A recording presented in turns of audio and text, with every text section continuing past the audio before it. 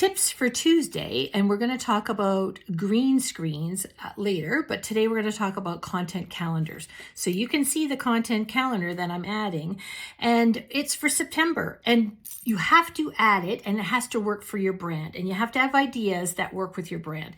So I'm going to use it for an example, what I'm using for my coaching. So I did tell a story last week. I did batch posting, one of my things. On Mondays, I like to talk about motivational. I also like to talk about some tips, and that's Tuesdays. Tomorrow is positive thinking day. Great one for me. So we've given you some tips that may or may not work for you, but they help to promote ideas. On Thursdays, I'm going to do a testimonial. Online learning is on the 15th of September. That is a great one. So look at the calendar that we provide. And if you need it, you can go to our website or get on our email list, and every month we'll send out the calendar with ideas. So use your calendars to help you be consistent and intentional online.